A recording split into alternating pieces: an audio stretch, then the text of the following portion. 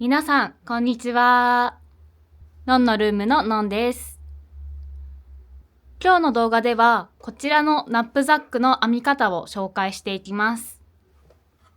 ここ最近、編み物でナップザックを作るのが流行っているかなと思うんですけど、天の弱な私は少し違ったナップザックを作りたいなと思って、編み目を工夫したものを作ってみました。一見タータンチェックのような模様にも見えるデザインになっていて、人と被りにくいものになっているかなと思うので、ぜひ真似して作ってみていただけたら嬉しいです。ナップザックの紐もこだわって作ってみました。こちらの紐を2本作れば、ナップザックをリュックとしてもトートバッグとしても使えますし、この紐が長さ調整もできるタイプになっているので、スマホショルダーとして使うこともできるものになっています。この紐を合わせると、ナップザックを 4way で使うことができるようになりますので、ぜひ真似してみてもらえたらなと思っています。こちらの紐の作り方に関しては別の動画、こちらです。こちらの動画にて紹介をしているので、今回の動画と合わせてぜひチェックしてみてください。それでは早速、材料と道具の紹介をしていきます。まず、一番大事なのは毛糸です。毛糸は好きなものを使っていただいて大丈夫です。私は韓国で購入したコットンが含まれている毛糸を使って編みました。ナップザックなので伸びやすい毛糸は避けた方が良いかなと思います。かぎ針はこちら。8号のものを使って編んでいきました。その他には、ハサミ、とじ針、マーカー、こちら使っていきます。あとは絶対というわけではないんですけど、こういった巾着があると、ナップザックのインナーバッグとして使うことができます。今回はこの巾着袋のサイズに合わせてナップザックを編みました。ナップザックの肩紐は毛糸で編んでもいいですし、何か紐を別で用意してもいいですし、私はパラコードでこういったストラップを編みました。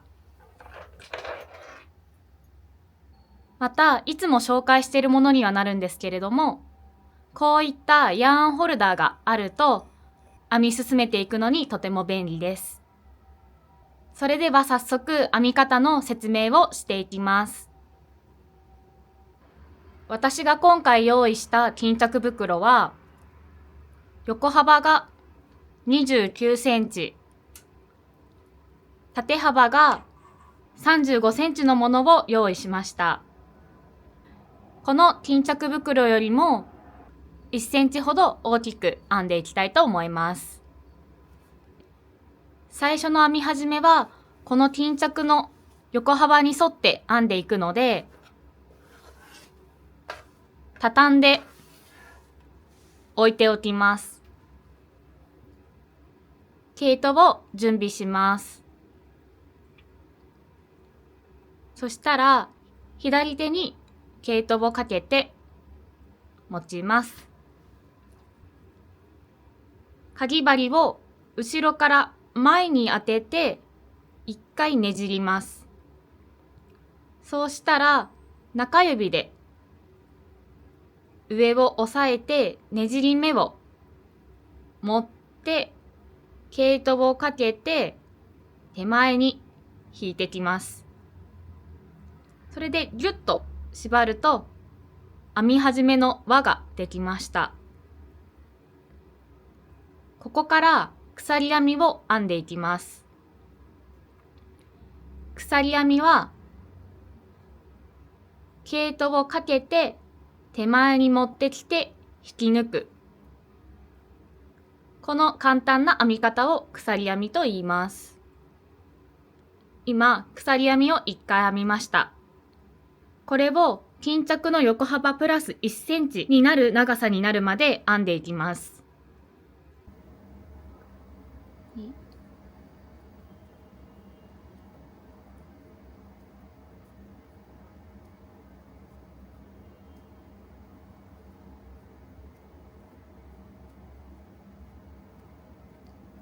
今、鎖編みを10回編みました。このぐらいのきつすぎず、緩すぎない編み目の緩さで編んでいきましょう。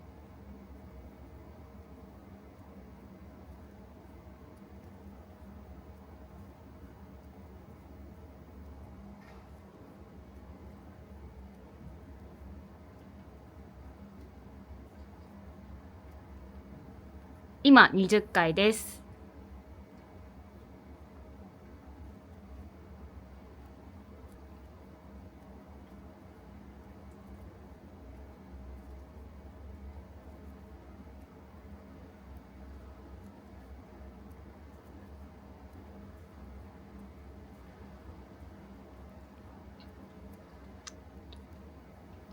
今30回まで編めました。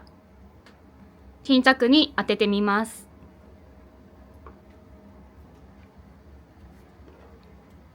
今このくらいの長さなので、あと8回ほど編んでみたいと思います。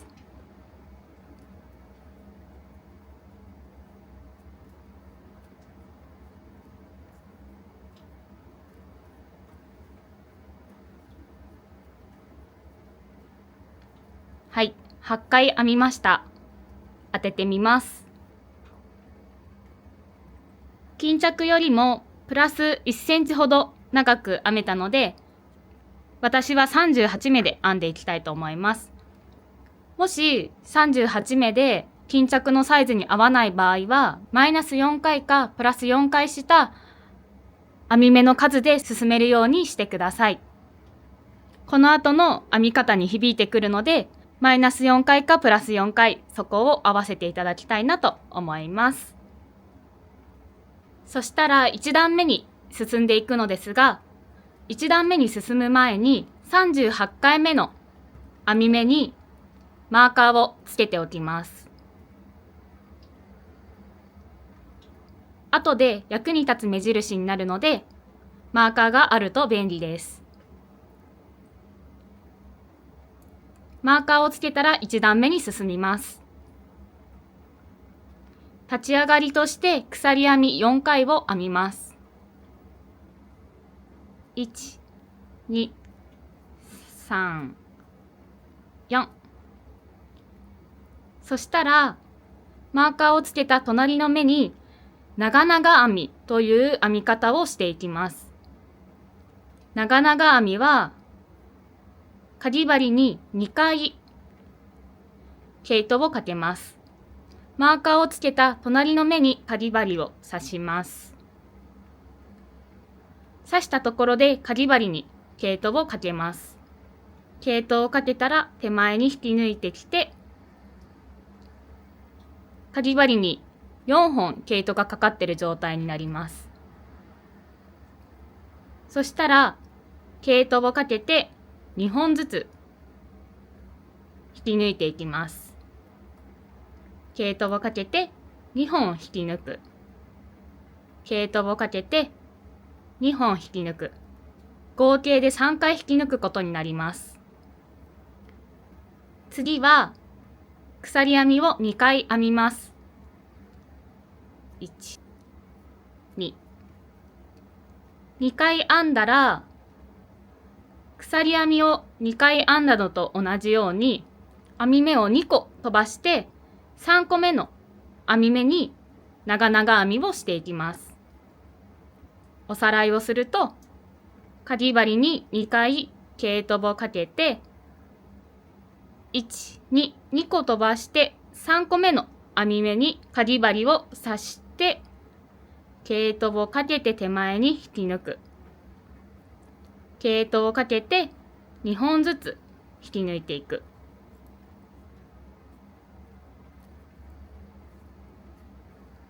はい、長々編みができました。そしたら今度は隣の目に長々編みをしていきます。2回かけて、かぎ針を編み目に刺して、毛糸をかけて手前に引き抜いて、毛糸をかけて2本ずつ引き抜く。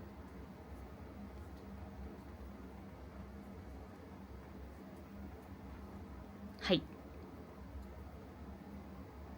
こんな感じになりました。そしたら次は鎖編みを2回します。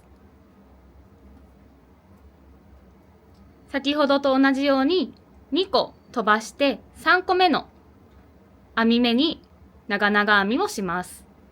1、2、2回かけて編み目に刺して毛糸をかけて手前に持ってくる。毛糸をかけて2本ずつ引き抜く。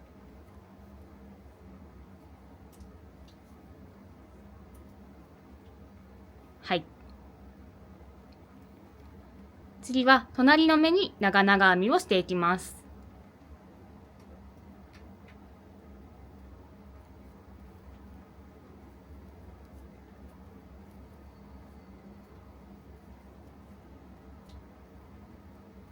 はい。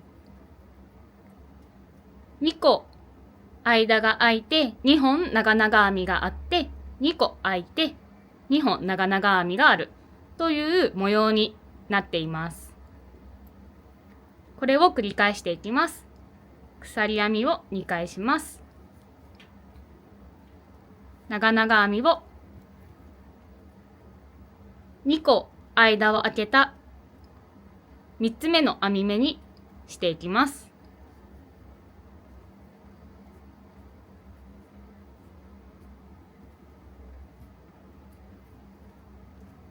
隣の目に長々編みをします。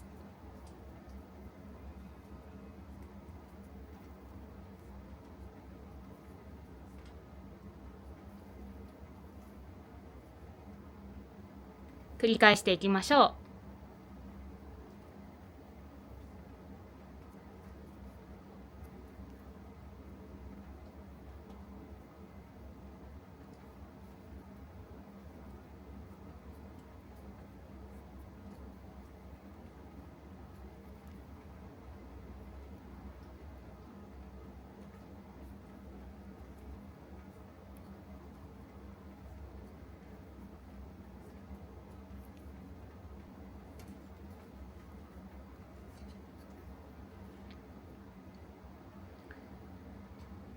残り4目のところまでやってきました。残り4目も今までと同じように編んでいきます。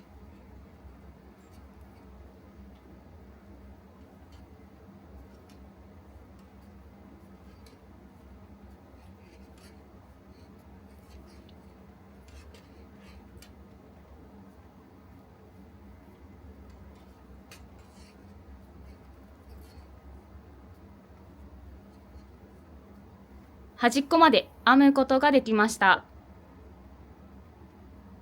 こんな感じの模様になっていますか？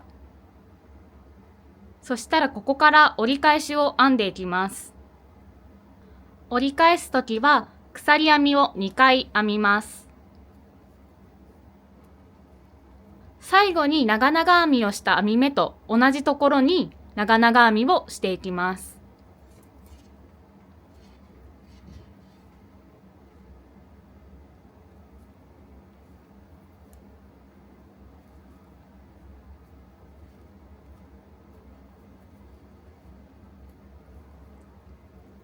折り返しは先ほど長々編みを編んだ編み目と同じところに長々編みを入れていくっていうことを覚えておいてください。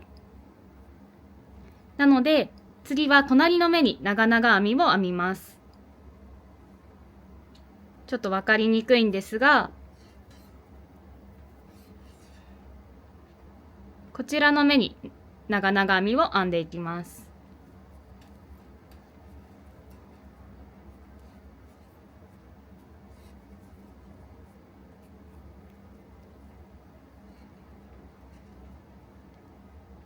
はい。最初の編み始めで出ている毛糸に関しては後で処理をするのでそのままほっといておいて大丈夫です。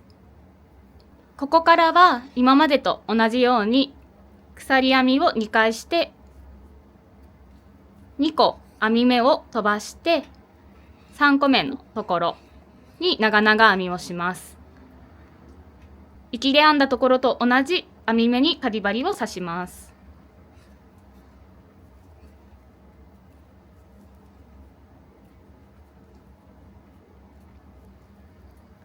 横の編み目に長々編みをします。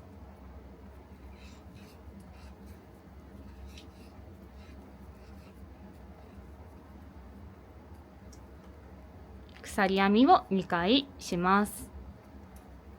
長々編みを2回していきます。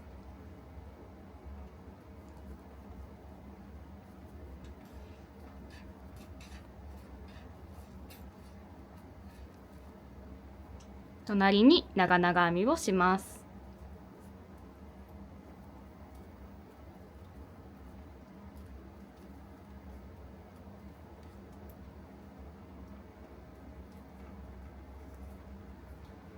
今こんな感じになっているかと思います。これをまた端っこまで続けていきましょう。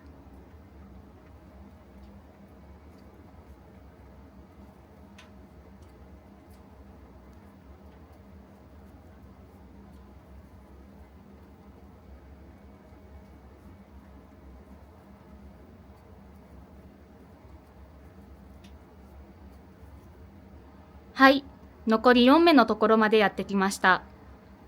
そしたら最後も今までと同じように編んでいきます。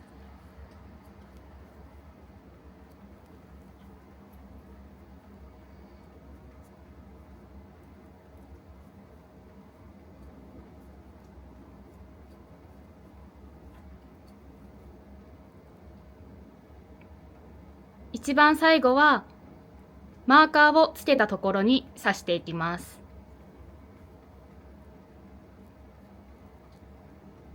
かぎ針を刺したらマーカーを取っちゃって大丈夫です。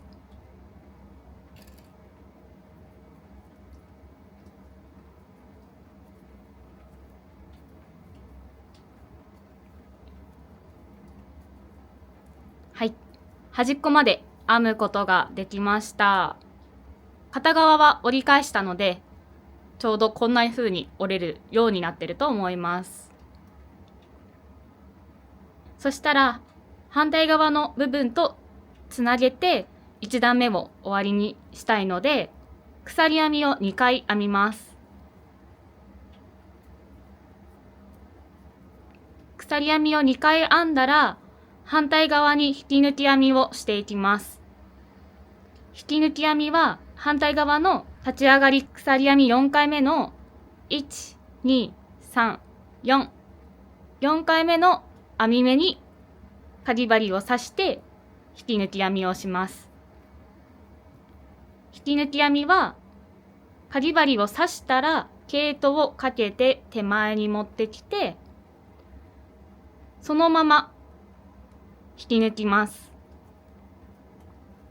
はい、これで無事につながりました。そうするとこんな感じで袋状の形になっております。続いて2段目に移っていきます。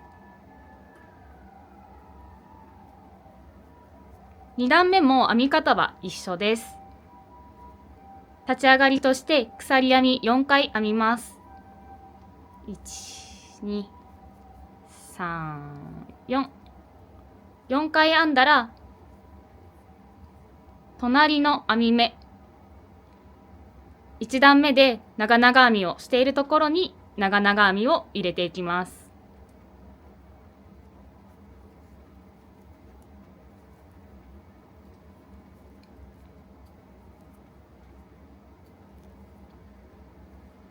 そしたら鎖編みを2回してまた長々編みをしていきます。2段目以降の長々編みに関しては目を割るようにして編み目をすくうのではなく2本毛糸があると思うので2本ともまとめてすくうようにしましょう。こんな感じです。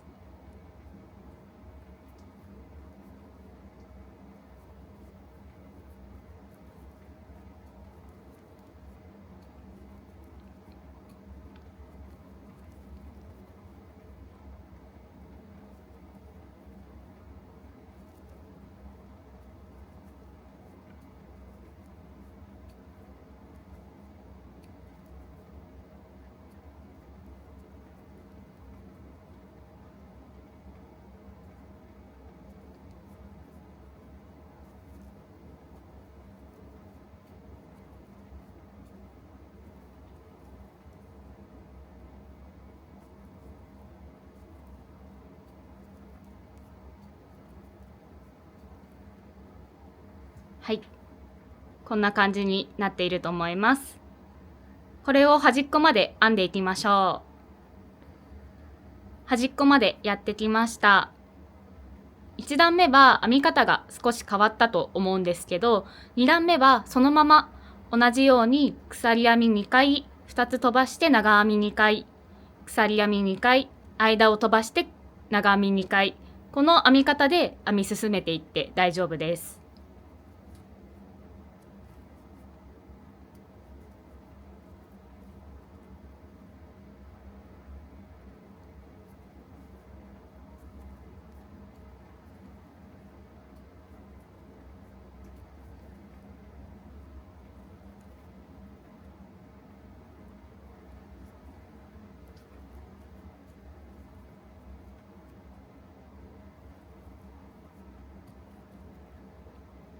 鎖編みを2回します。で、反対側の最初に長々編みをしていきます。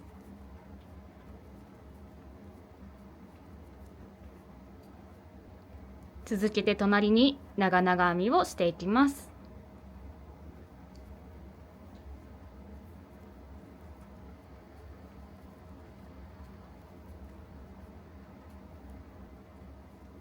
鎖編み2回して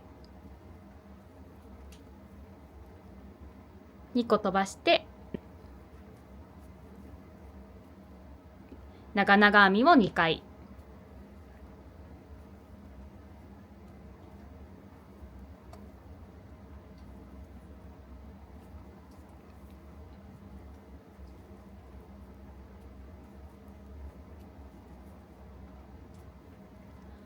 間に説明を挟んだことで分かりにくくしてしまっていたらすみません。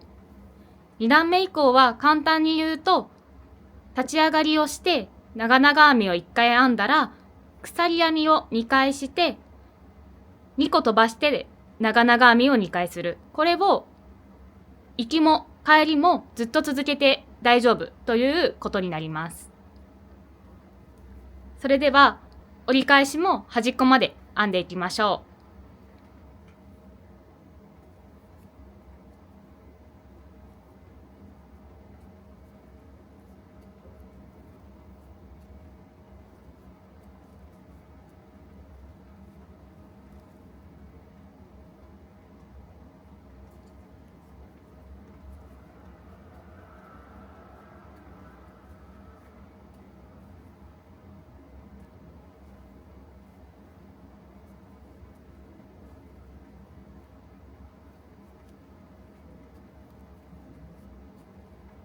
はい、2段目の折り返しも端っこまで編むことができました。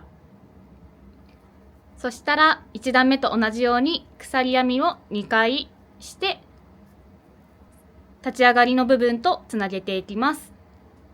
立ち上がりの鎖編み1、2、3、4、4目の編み目にかぎ針を刺して毛糸をかけてそのまま引き抜いて引き抜く。これでつながりました。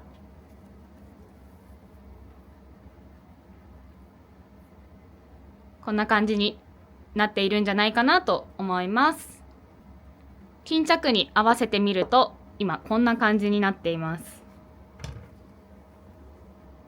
編んでいくと縮むので、今ちょうど巾着と同じぐらいの幅になりました。このまま3段目以降も編み進めていきます。先ほどからプラス11段編んで合計で13段になりました。どれぐらいの高さになったかというと、今約30センチとなっています。巾着袋よりも少し高さが足りないんですけど、毛糸の残りがあとこんな感じで残りわずかになってしまったので、次に進みたいなと思います。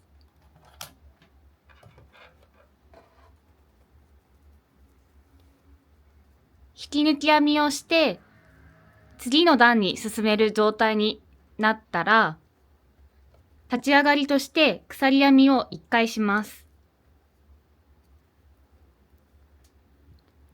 そしたら次の目に細編みを1回します。細編みはかぎ針を編み目に刺して、毛糸をかけて手前に引き抜いてきて、毛糸をかけてもう一度抜く。これが細編みとなります。この次の2目間を空けたところに関しては、細編みを2回ここの枠の中に入れていきます。広く空いてるスペースにかぎ針を刺して、毛糸をかけて手前に持ってきて、毛糸をかけて引き抜く。もう一回やります。毛糸を刺して、毛糸をかけて手前に持ってきて、毛糸をかけて手前に引き抜く。こんな感じです。次は編み目にかぎ針を刺して細編みをします。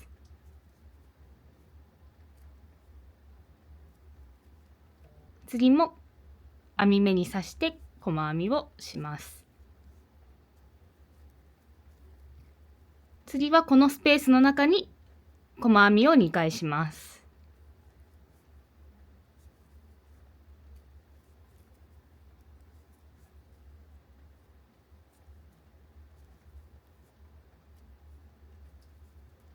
はい。これを繰り返していきます。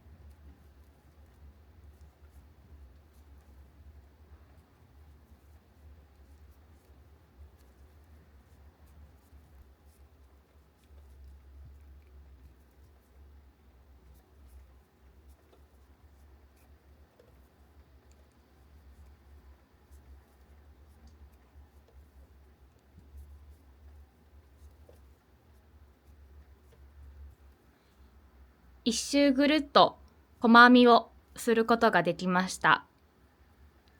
そしたら前までの段と同じように最初の立ち上がりの編み目に引き抜き編みをしていきます。立ち上がりが鎖編み1回だったので、鎖編み1回のこの編み目にかぎ針を刺して毛糸を持ってきて引き抜き編みをします。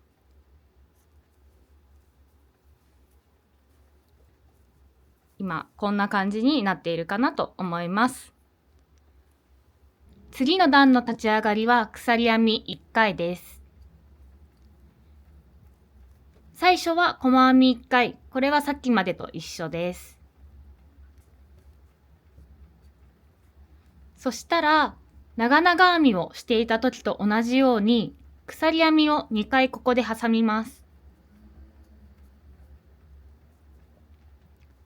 2つ編み目を開けて3つ目の編み目に細編みをします。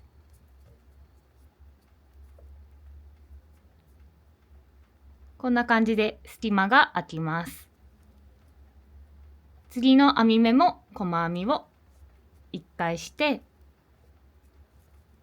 鎖編みを2回します。2個飛ばして3つ目の編み目に細編みを1回。隣も細編み1回。鎖編みを2回して、2個飛ばして3つ目に細編み。隣も細編み。はい。こんな感じで、パッと見は前の段と似てるんですけど、隙間がちょっとずつ空いてるような状態になりました。ナップザックの口を縛るときに使う紐を通すための穴となります。同じ編み方で一周ぐるっと編んでいきましょう。一周ぐるっと編めたら、最初の立ち上がりの鎖編みの目に引き抜き編みをします。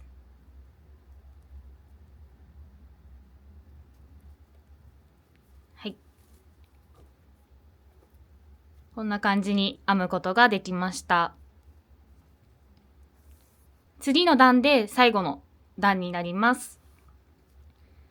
最後の段は2つ前の段と同じように一周ぐるっと細編みをしていきます。立ち上がりが鎖編み1回。次の編み目に細編みを1回。で、次の空いてるスペースに細編みを2回。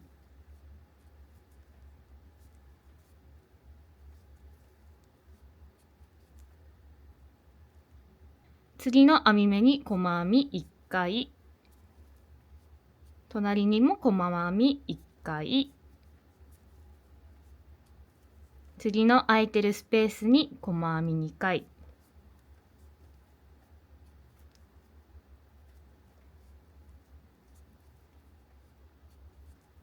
こんな感じになっていると思います。これを最後までぐるっと一周編んでいきましょう。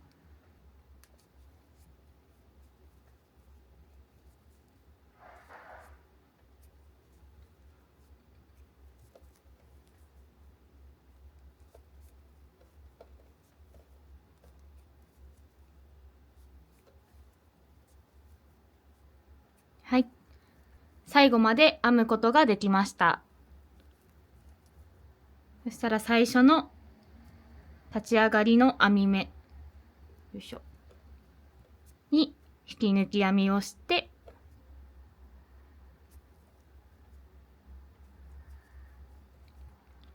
毛糸を引き出して、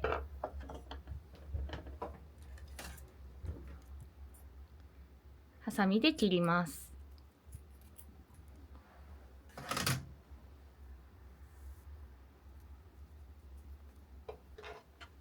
これで本体の部分は完成になります。そしたら糸の処理を行っていきましょう。まず下の部分からやっていきます。とじ針に毛糸を通して、編み目がざっくりしてる分、簡単に通して終わってしまうと糸が出てきてしまうので、巻きつけるようにして糸を処理していきます。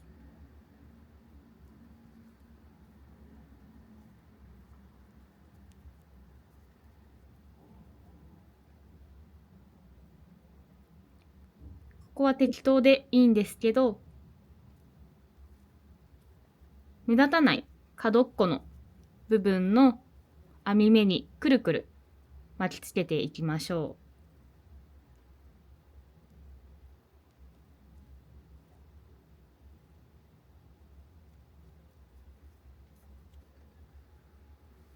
う。こんな感じで処理しました。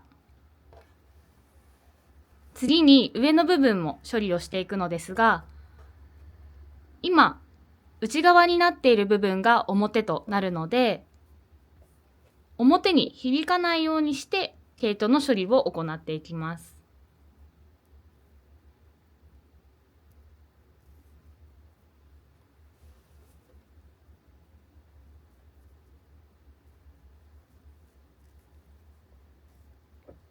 私のおすすめ的には、最初は編み目に毛糸を通して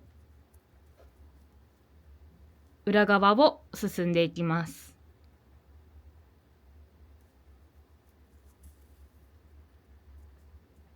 ここもよれやすい部分になるので、一目一目にくるくる巻きつけていくようにして毛糸を処理していきます。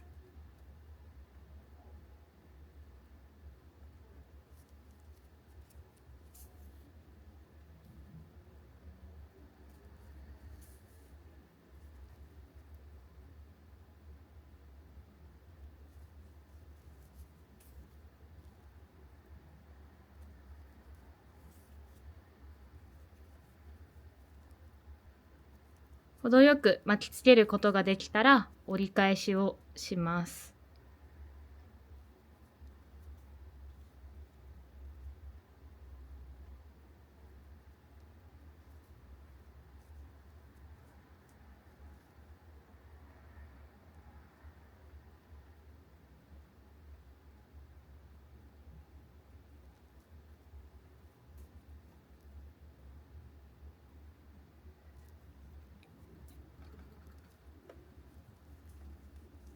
こんな感じで処理をしました。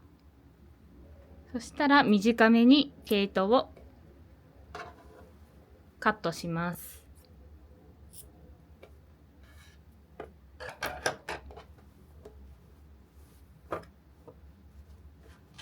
きれいに処理をすることができました。そしたら表に返して巾着をセットしてっていう風な流れにはなってくるんですけど、今回巾着をセットすると角っこがずれたりとか、ナップザックの中で巾着がこう動いてしまうっていうちょっと使いにくい問題も出てくるかなと思うので、ナップザックの本体を裏側にしている状態で巾着の表、裏返さずに表を当てます。そこで角と角を簡単に縫い合わせていきたいと思います。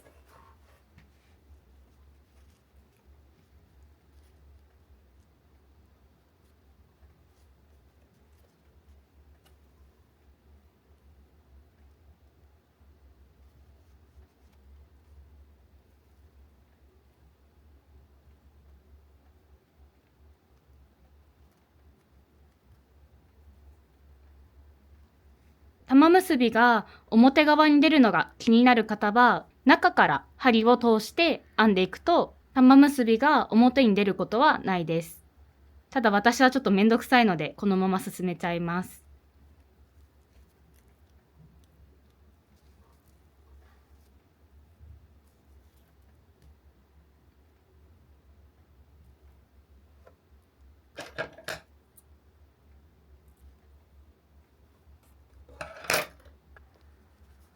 角と角をつなげることができたら、表にひっくり返していきます。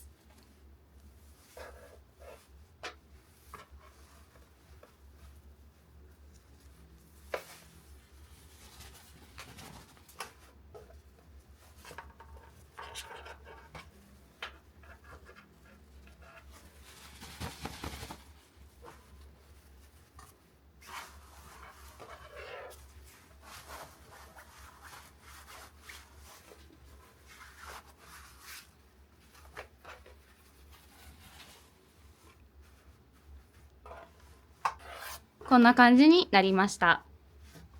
ここから絞り口の紐を準備していきます。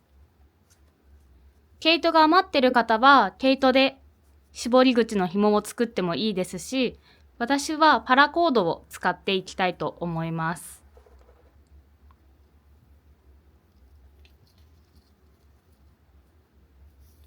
これを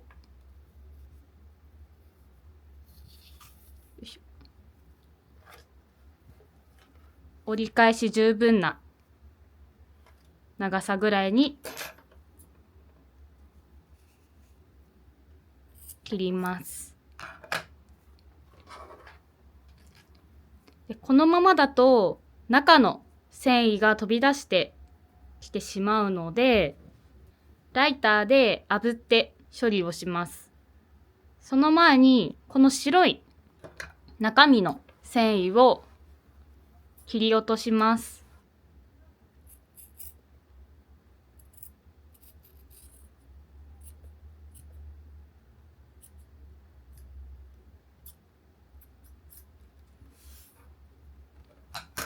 はい、切れました。そしたら外側のできる限り伸ばして、ライターで先を炙っていきます。炙ったら銀の部分に押し付けます。でちょっと形を整えます。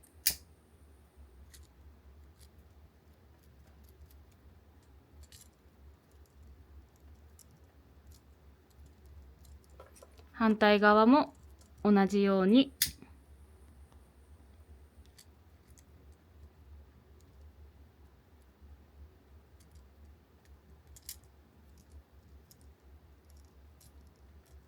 形を整えます。そしたらここの上から2段目の隙間に通していきます。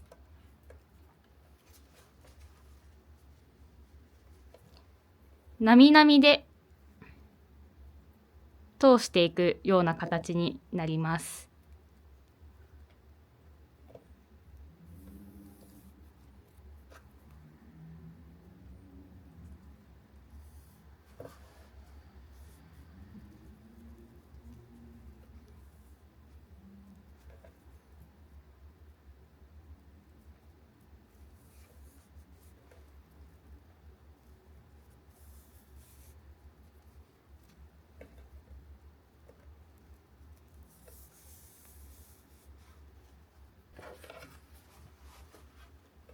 はい、通すことができました。そしたらコードストッパーに通していきます。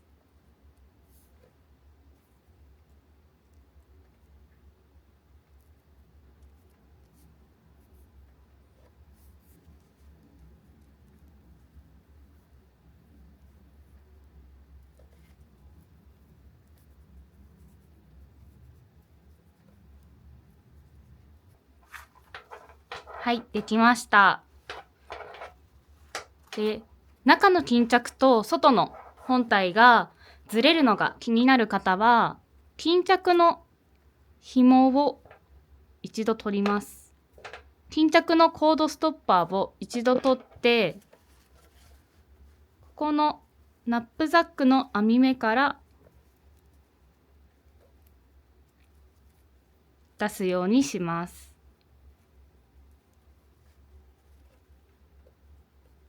で、ここでストッパーを取り付けます。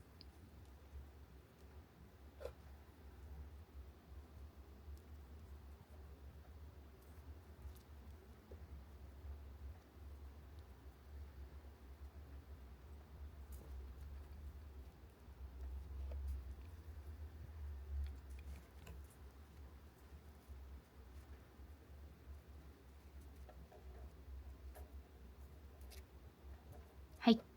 こうすることで、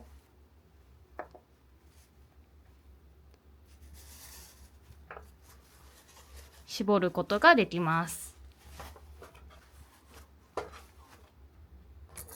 ここまで来たら、あと残り少しです。別で用意しているナップザック用の紐を取り付けていきます。私はリュックにもなるように2本用意したのですが、まずは1本だけ取り付けてみたいと思います。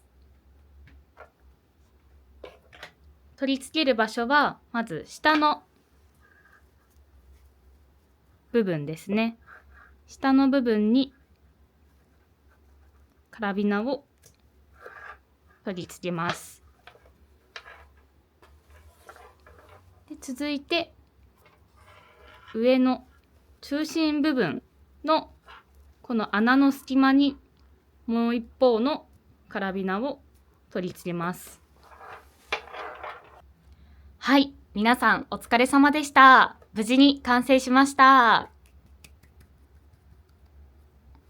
こちらの模様がとても可愛い仕上がりになっているんじゃないかなと思います。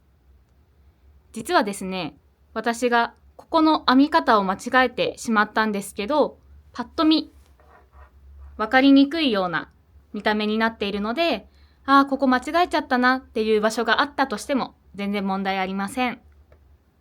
ナップザックを開けるときは本体のコードストッパー紐を緩めます。そしたら次に巾着のコードストッパー紐を緩めて開けます。これで物を出し入れできるようになると思います。